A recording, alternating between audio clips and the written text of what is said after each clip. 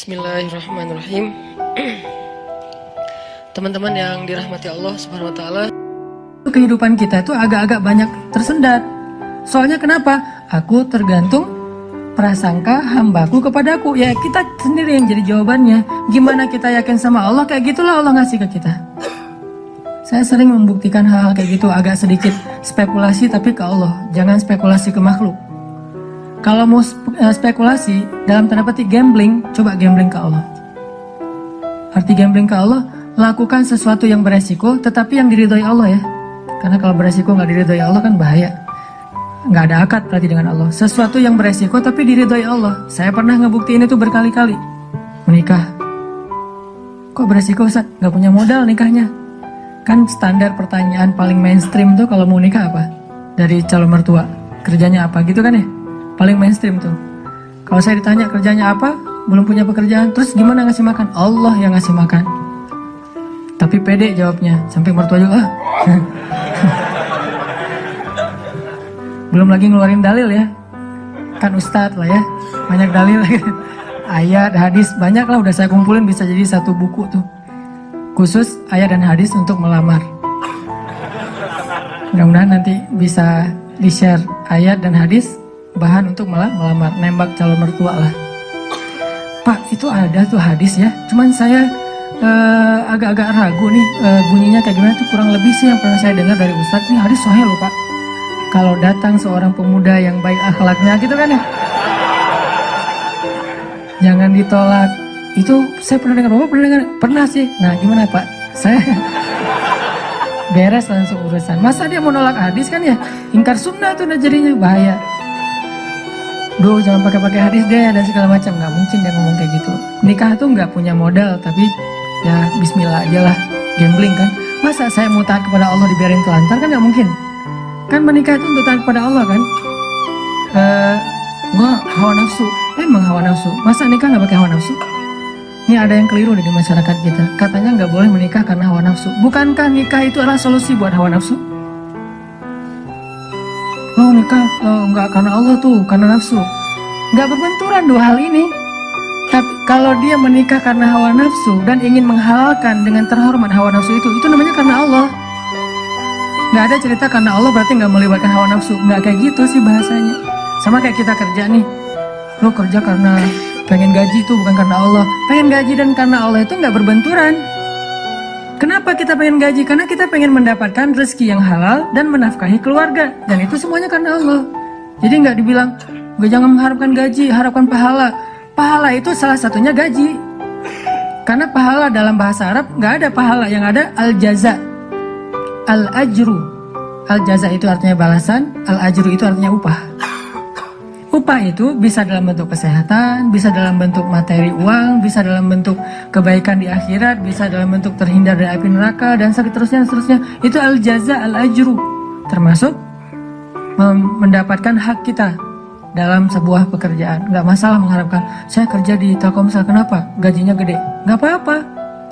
Selama yang kita dapatkan itu halal. Tapi kalau yang kita kejar gaji gede dan syubhat, apalagi haram, itu bukan karena Allah. Termasuk menikah, menyalurkan. Kenapa kamu menikah? Karena saya pengen menyalurkan kebutuhan biologis saya secara halal. Wah, nggak karena Allah nih, nafsu nih. Emang nafsu, emang kenapa? Bukankah Allah mengatakan litaskunu ilaiha? Apa arti litaskunu ilaiha? Supaya tenang, supaya jadi nyaman, gejolak di dalam diri kalian dengan cara kepadanya. Itu bahasa. Dan di Al-Mu'minun juga dikatakan, walladzina hum li furujihim hafizun. Kalau nggak bisa hafizun, maka dia salurkan. Gimana cara nyalurinnya? Dua. Illa ala azwajihim. Yang kedua nggak usah dibahas. Yang satu aja. Illa ala azwajihim, kepada istri mereka. Bukan istri mereka, istri-istri mereka. Illa ala azwajihim. Kalau dia menyalurkan dengan cara yang lain selain yang dibolehkan kayak gitu, kata Allah, faulaika humul adun. Dan Allah nggak suka kepada orang yang melampaui batas. Jadi menikah karena Allah, karena saya ingin menyalurkan kebutuhan biologis secara halal misalnya. Makanya mencari yang sesuai dengan kriteria masing-masing. Kalau misalnya ada yang kriterianya harus yang Arab, Cari aja Syarifah, Habaib apa, kalau Habib perempuannya Syarifah kan ya. Atau saya pengen yang oriental, pergi aja ke Korea lah atau ke Jepang. Saya pengen yang misalnya etnik, nah, bisa di Indonesia misalnya. Ini mas selera, nggak masalah. Bukankah Nabi justru mengatakan memilih perempuan itu yang pertama justru fisiknya? Walaupun yang paling berharga bukan fisik, tapi tetap ditaruh yang paling depan. Karena itu yang ketahuan duluan kan. Kita nggak mungkin tahu kesolehannya langsung ketika awal ketemu, ini soleha banget nih, belum tentu. Ketika udah kenal dekat baru tahu ternyata dia rajin tahajud, rajin tilawah. Walaupun kadang-kadang kita ngelihat dia di Instagram postingan terakhir tilawah, alhamdulillah 1 juz hari ini misalnya. Bisa kayak gitu. Tapi rata-rata yang pertama dilihat fisiknya kan ya. Walaupun fisik banyak menipu sih, hasil editan segala macam. Pas ngeliat orangnya, hah? Lebih cantik dari di Instagram sih. Dia salah ngedit. Ini artinya teman-teman, kalau menikah itu karena Allah, kenapa takut?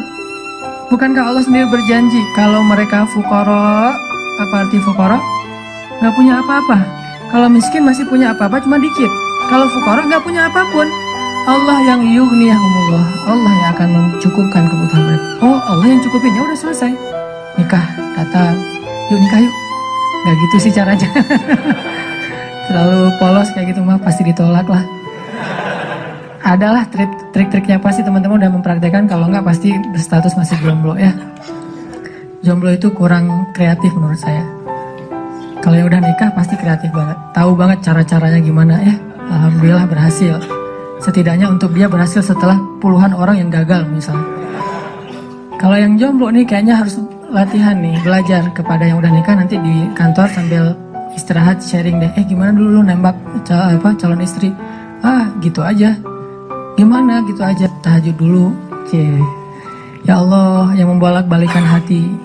Hati dia memang ada di dalam tubuhnya, tapi pemiliknya bukan dia, tapi Engkau ya Allah. Setahu saya nih, dia kayaknya hatinya ke si fulan. Dah saya mah gak bisa kecuali dia. Ya Allah, ya Allah, ya Allah. Akhirnya berhasil. Dan saya ngebuktiin itu banget. Saya sering bilang, saya itu bukan tipe istri saya loh. Sangat bukan tipe istri saya. Ada 4 hal yang pantang buat istri saya. 4-4-nya ada di saya. Subhanallah. Kok bisa berhasil, Ustaz? Dia berdoa, ya Allah, jangan itu, jangan itu, jangan itu, jangan itu. Saya cuma berdoa sekali, ya Allah, please yang itu. Ternyata tiba-tiba ya, kelepek-kelepek gak berhasil dia. Saya tanya, kenapa kamu milih saya? Bukankah 4-4-nya ada pada saya? Pertama, gak mau orang Sumatera. Katanya orang Sumatera itu keras. Saya? Dulu.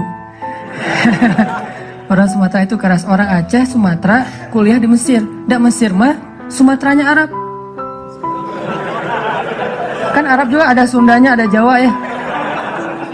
Sundanya Arab itu kayak Yaman. Itu Sundanya Arab, lembut-lembut. Sampai Nabi sendiri mengakui kan, orang Yaman itu hatinya lembut. Kalau Jawanya Arab tuh yang ulet gitu kerja tuh Palestina. Karena Palestina itu terkenal dengan keteguhannya. Tapi kalau Sumateranya Arab yang ngomongnya keras gitu, belak-belakan, spontannya luar biasa, itu Mesir banget. Di Mesir nggak ada ceritanya kita nunggu damri, itu nggak ada. Yang ada ngejar damri. Kita nunggu di halte, damri ngeliat kita makin iseng tuh, dicepetin. Mahasiswa cepat gitu. Kita lari ngejar. Yang nggak biasa naik damri itu mahasiswa Malaysia, karena mereka kan beasiswa dari kerajaan, sehingga dianjurkan jangan naik damri, naik taksi. Tapi kadang-kadang mereka kehabisan duit juga naik damri. Begitu turun, berlawanan arah itu ngegelundung tuh. Kita di atas ketawa-ketawa aja, Malaysia. Bukan negaranya ya, orangnya karena terbiasa naik taksi, naik MRT. Dan kita mah damri, desak-desakan. Kalau udah ramai di dalam damri marah-marah, sallu ala Nabi, udah sallallahu alaihi wasallam. Cara paling sederhana mendamaikan orang di Mesir itu suruh salawat. Wah, humar segala macam. Mereka kalau ngomongnya kasar tuh nyebutnya humar, keledai. Karena keledai itu kan simbol hewan yang bodoh di Al-Quran kan. Ya humar gitu kan, segala macam humar.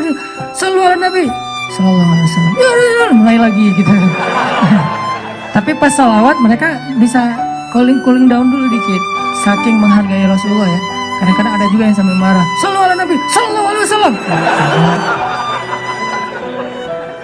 Di Mesir, orang Sumatera kuliah di Mesir, kebayangan. Udah Sumatera itu mungkin agak keras, kuliah di Mesir. Jadi wataknya tuh terbentuk dengan dua negeri. Alhamdulillahnya ketemu orang Jawa yang mungkin beda banget dengan Sumatera. Nggak mau dia orang Sumatera. Saya Sumatera. Sumatera Aceh pula. Dan Aceh di tempat markasnya GAM. Aceh PD. Dan itu kan GAM dulu banyak di situ ya. Terus yang kedua nggak mau yang kulitnya dof.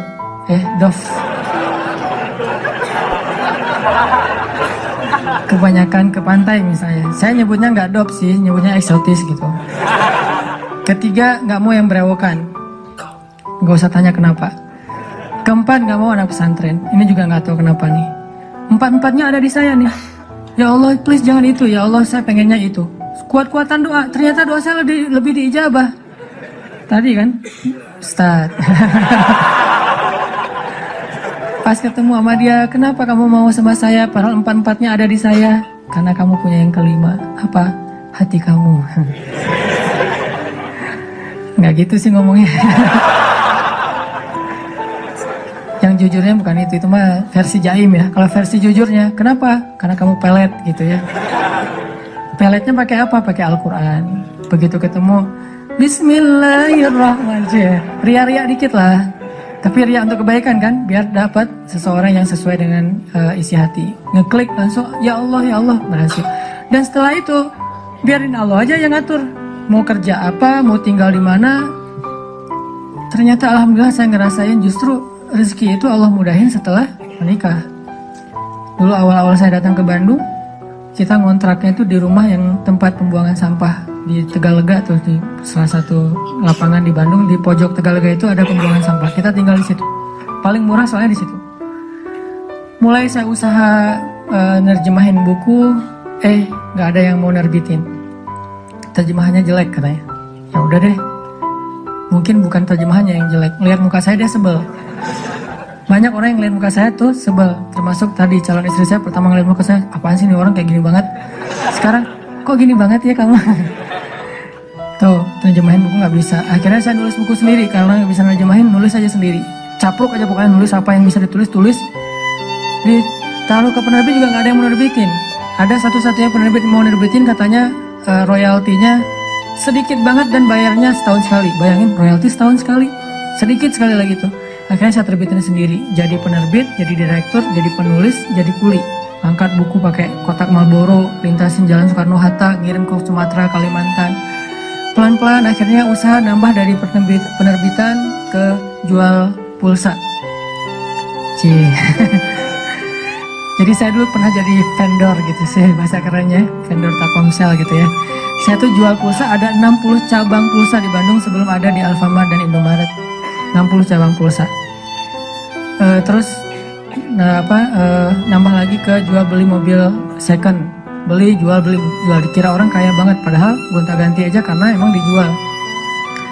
Tapi yang harga murah di bawah 100 juta, bukan yang mobil-mobil mahal. Terus coba-coba di properti. Ternyata Allah mudahin setelah menikah. Karena kenapa? Allah yang janjiin. Allah nggak mungkin ingkar janji. Gambling dikit lah di awal. Tapi di tengah dan di akhir kita akan melihat banget gimana Allah nunjukin kebenaran janji-janjinya. Tapi kalau kita nggak berani gambling sama Allah, ya Allah pasti akan nunjukin ke kita yang terbayangkan oleh kita. Saya sering bilang, nasib kita itu tergantung iman. Kalau kita pengen kehidupan kita amazing, kita harus punya iman yang amazing. Kalau kita pengen dapat lebih banyak miracle dalam hidup kita, surprise, berarti iman kita itu harus miracle. Kalau iman kita ilmiah, kita hanya akan mendapatkan kehidupan yang ilmiah sesuai dengan hitung-hitungan kita.